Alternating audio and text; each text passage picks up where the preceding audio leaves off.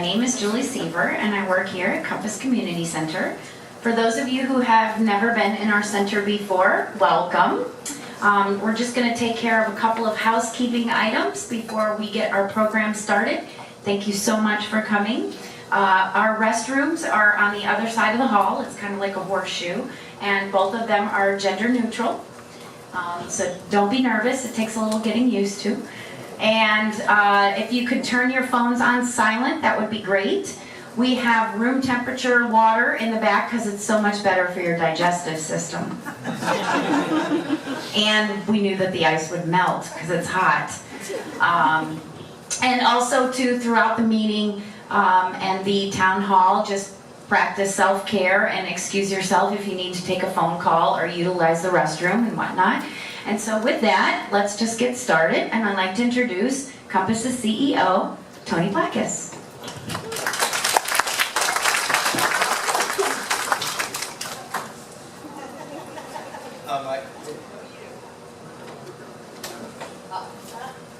Up. Yeah. All right.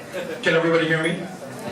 It's a little easier to do that in this room than it is at the Harriet Inwalt when people are 300 feet away from you.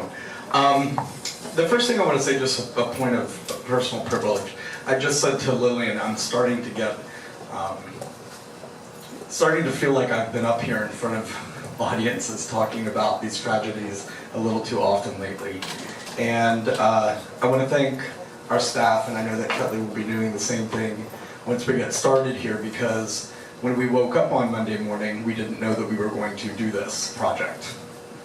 And so in that short period of time, we were able to come together and make sure that we could do something that we think is pretty special. In 2002, I guess it was a little bit before that, a little before Lillian and my time, Kedley had been participating with, was it the Quantum Foundation? Quantum Foundation? Community Foundation. And they did a series of study circles, which essentially brought people together, different races, religions, backgrounds, and Kedley was one of the many facilitators. We all kind of participated in either the study circles or in facilitating them. And what we found was that dialogue wasn't enough, that dialogue needed to actually turn into action, and we needed to create a safe space where we could actually say what we're really feeling about issues related to race equity, income inequality, incarceration rates, education levels. I would say to the point where we had some good arguments about what we didn't understand about one another and where we felt that we needed to be politically correct and to create a space where we didn't think that we had to be politically correct in order to have the conversations that actually have to happen so that there can be change. And so, in their great wisdom, the people that started Toward a More Perfect Union with the help of a project from the Community Foundation decided to create a nonprofit.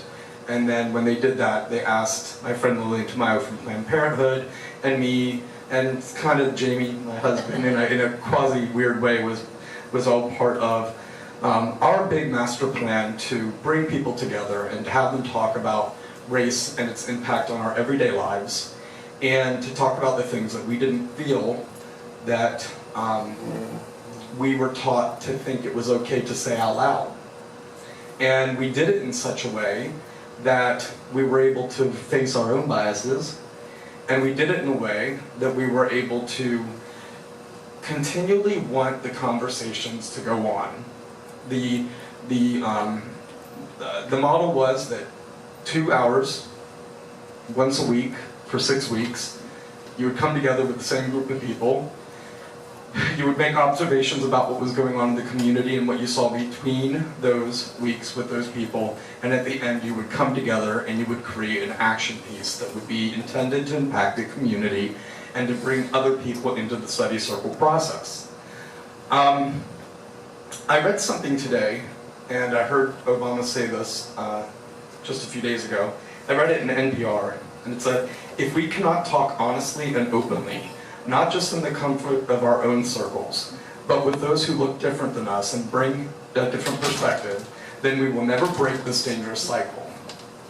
In the end, it's not about finding policies that work, it's about forging consensus and fighting cynicism, and finding the will to make change. And the reason why, and I can tell you this as a young man when I became the CEO of Compass, TMPU impacted me so much. On one level, it was such a privilege to even be asked to be part of such an esteemed group of people. They were pretty much all organization leaders of some kind, or elected officials, and they were people who wanted to address racism not just in our community, but in our institutions, in the places where we worked, in the way that we provided our programs. We wanted to take a look at racism not just as an issue related to violence, but also as an issue related to a person's ability to reach their highest potential, to get an equal opportunity as the person next to them, regardless of their skin color. And we really did focus on race. There's lots of things that we could have talked about, and sometimes we actually did. Sexual orientation, gender identity. And I can tell you something that none of you, maybe he knows. But as a result of being part of Toward a More Perfect Union, I set our board on a path to change our mission. Up until that point, our mission was to provide services to LGBT people here in Palm Beach County. And after being part of Toward a More Perfect Union, I realized that we weren't going to take care of people living with HIV or take care of the kids in our schools that are diminished by just providing services. What we needed to do was we needed to do something much more important, and that was address the disempowering stereotypes, biases that hold all people back, regardless of your race, your religion, your age. That we needed to do we needed to go a step further and look at why is it that we put ourselves in positions where we're unsafe? Why is it we put ourselves in positions where we experience violence or that we tolerate violence? And it's because we don't address the disempowering stereotypes and the diminishing challenges that our communities have faced in a very open and honest way, in a way that we can look at each other in the face and say, you know what, that's your experience and that's your experience and this is my experience. And to have consensus, fighting cynicism, and the will to make change. So I would like to introduce you to one of my closest colleagues and friends. In related to Maya too, I have to say she served her good 15 years on what I think was a board that was ahead of its time. And actually, I would like to believe that there is a way that we can utilize this momentum to start something very important again. But what I want to say is two things. We're not coming in here with answers, and we're probably not going to leave with answers. And I hope everybody's okay with that. Is that right? I mean, unless Ketley gives them. But this is what I want you to know from my heart. When Ketley and I decided that we were going to do this, and we did it very publicly, Facebook, you asked an open-ended question, and we answered, didn't we? When we decided that we were going to do this, forefront on our mind was that we didn't want to look back at this time period in our lives and realize that we didn't do something.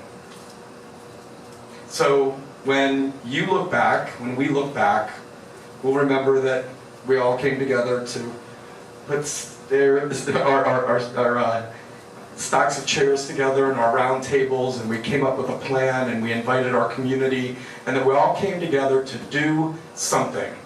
Not sit there and watch MSNBC, not sit there and watch a bunch of people talk about stuff that we already know in the privacy of our own home, right? Not to just sit with the same people that we sit with all the time who reinforce the very beliefs that we hold so dear. We wanted to create a moment where all of you could say, you know what, when this happened, I got out of my car, I drove to Compass, and I did something, and I met people that I didn't know before, and I had a conversation that I might not have had otherwise. Because that right now is the only thing that I can see that we can do to positively impact our community, is to come together and make sure that all of us have an opportunity to step outside the box, be honest with ourselves, and invite other people to be honest with us. So, as CEO of Compass, I want to thank my amazing staff, and my wonderful husband, and my colleagues. You pulled this together pretty quickly, and I think you're going to have a really great evening. Thank you very much.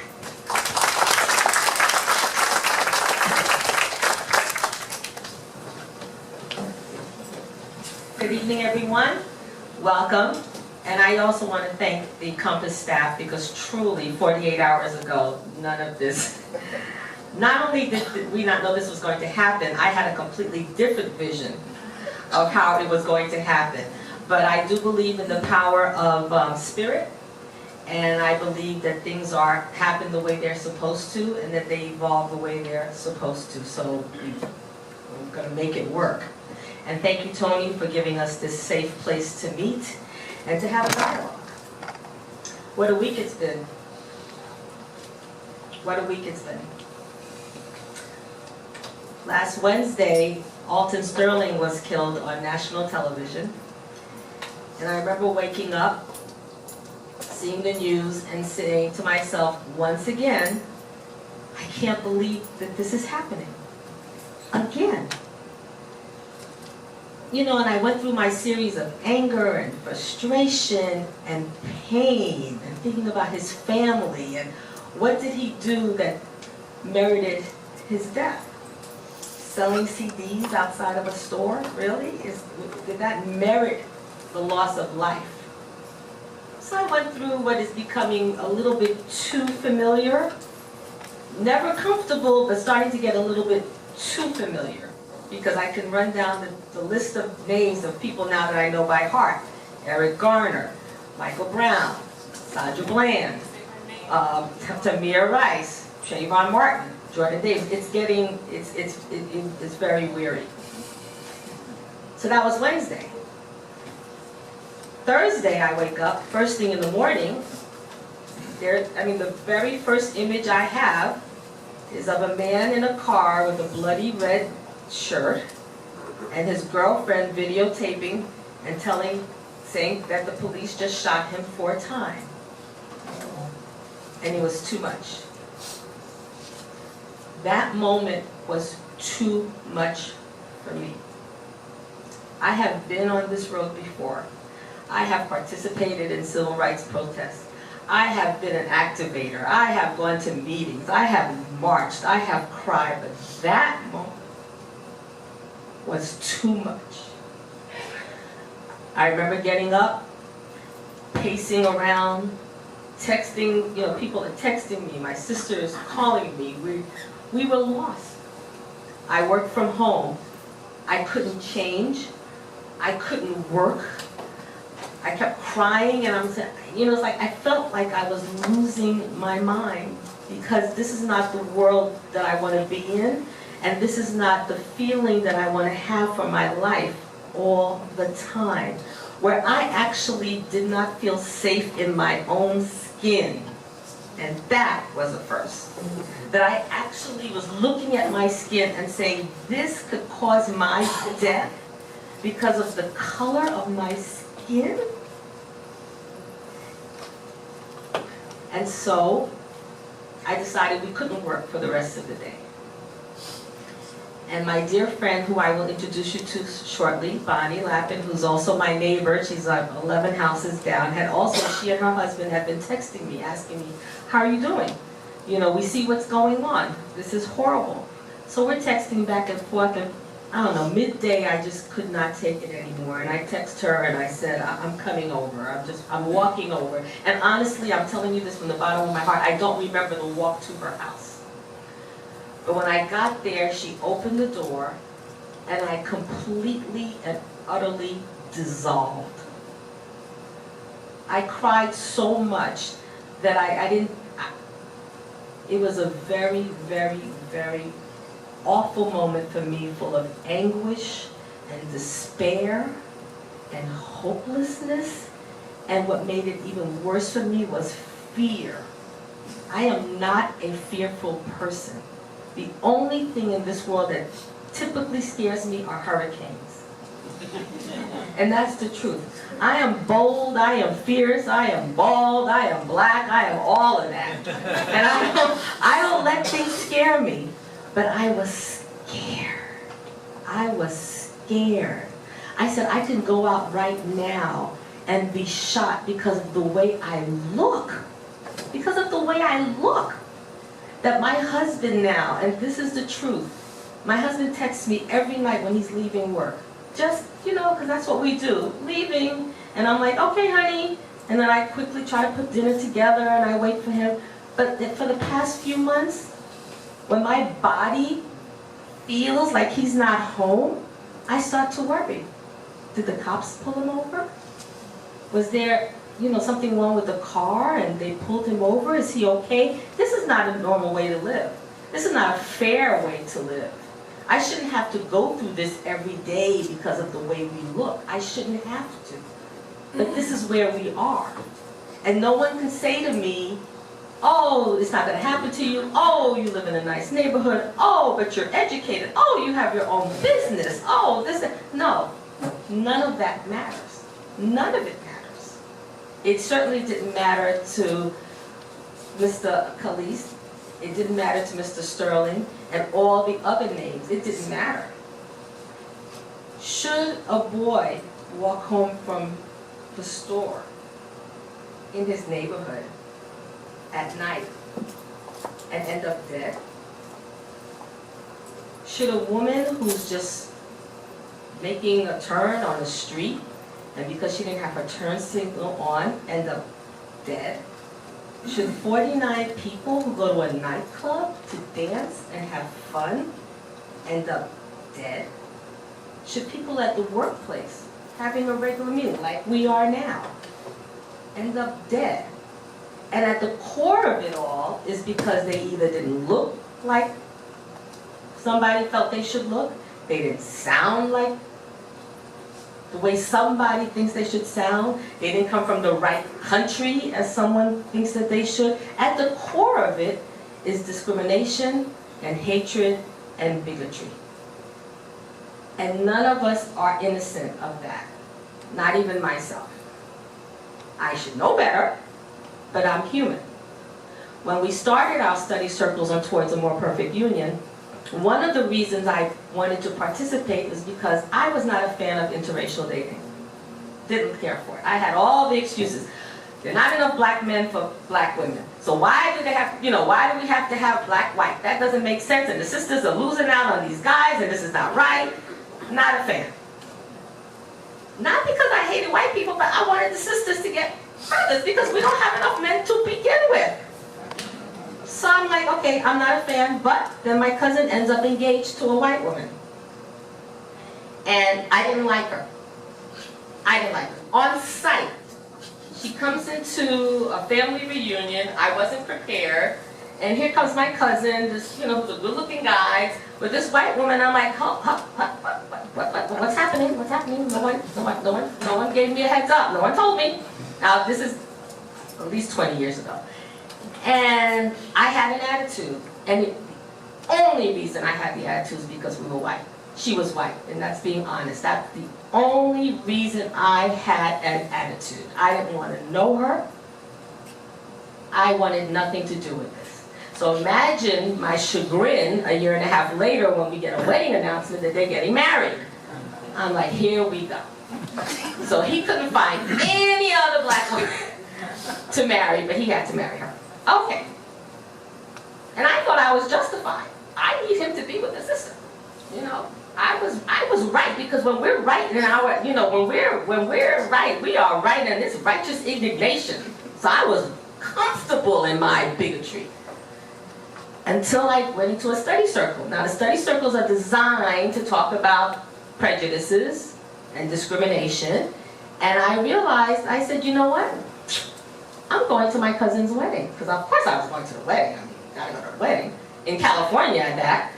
And I said, well, how can I go to my cousin's wedding, who I love, and go there as a Christian with a heart of hate? I had to ask myself that question. I said, is that right? Is that Christian? And of course the answer is no.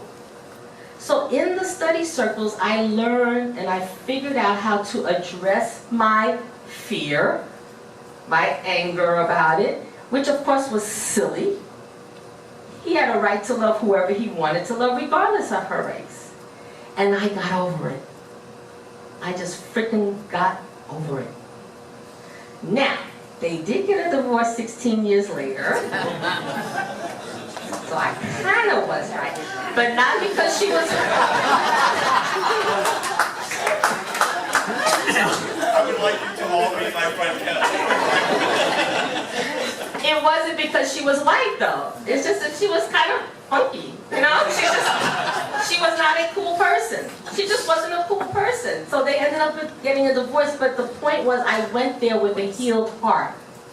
And when she came to me before the wedding, she goes, Kent Lee, I know that you have some issues with me because I'm white. I was mortified. Mortified. And I said, do not go there.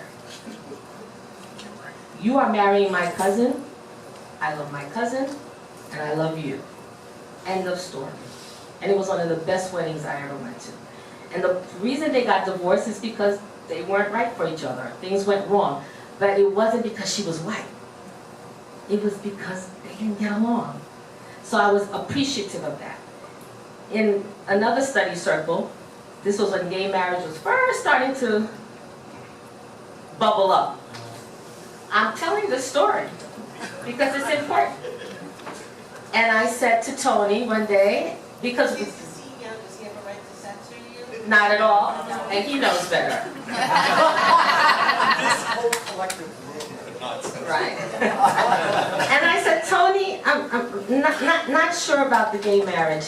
Really, Tony, I don't get it. I said, I don't understand. I'm not saying that you can't love each other, but marriage. But I could talk to him because we had gone through study circles together. We had created a ring of trust. Because if I can't ask him, who the heck am I supposed to ask? A straight person? No. I need to go to the source. So in a spirit of love, in a spirit of trying to understand, I went to my friend and said, what's the deal? How do you feel about it? And you know what he said to me? Kelly, I'm not sure either. And then we proceeded to have a good conversation about it because we trusted each other and we loved each other. And while it was it was uncomfortable, awkward, whatever, but we could have that talk. And that's what study circles did. And the last example of study circles was, some of you may or may not remember former Commissioner Mary McCarty. She was one of the top Republicans in this county and very powerful. She and I could not have been more different. In fact, I really disliked her.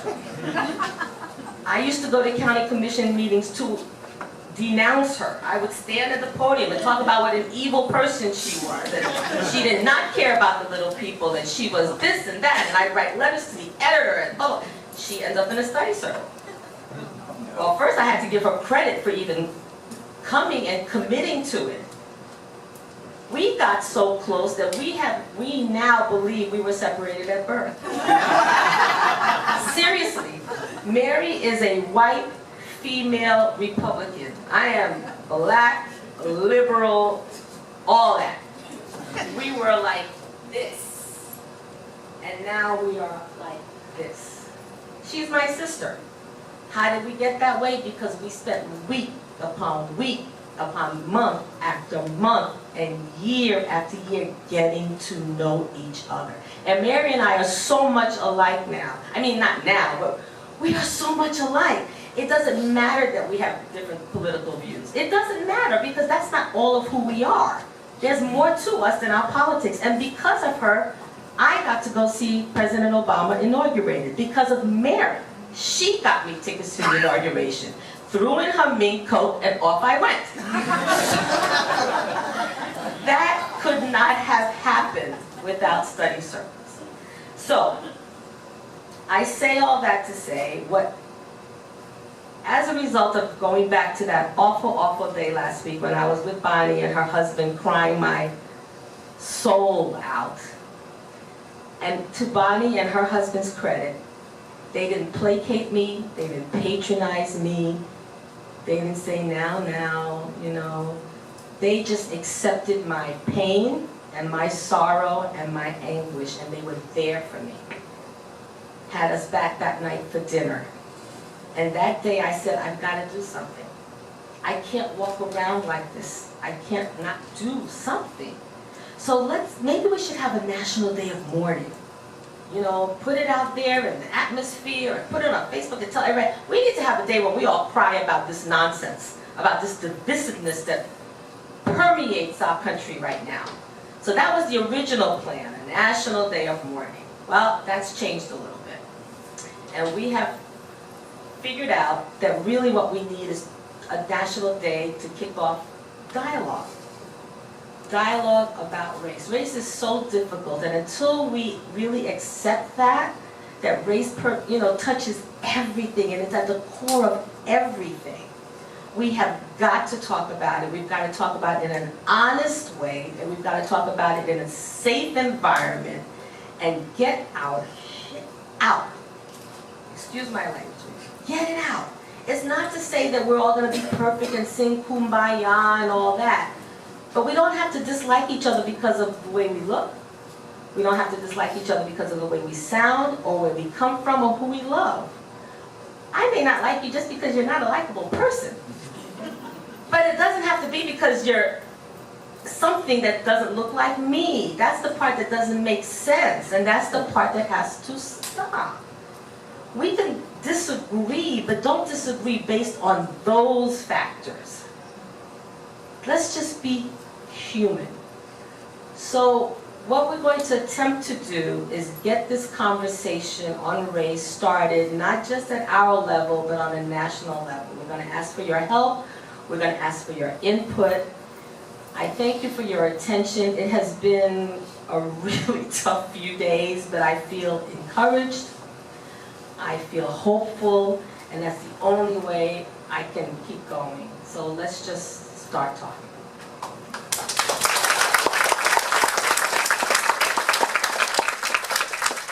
Now it is my pleasure to introduce to you my dear friend, Bonnie Lappin. Not only is she my neighbor and my friend, she's also the president of the Lappin Company, a company that she founded over 25 years ago. They're celebrating their anniversary. She has a lot of experience in facilitating meetings, and she is going to be our meeting facilitator.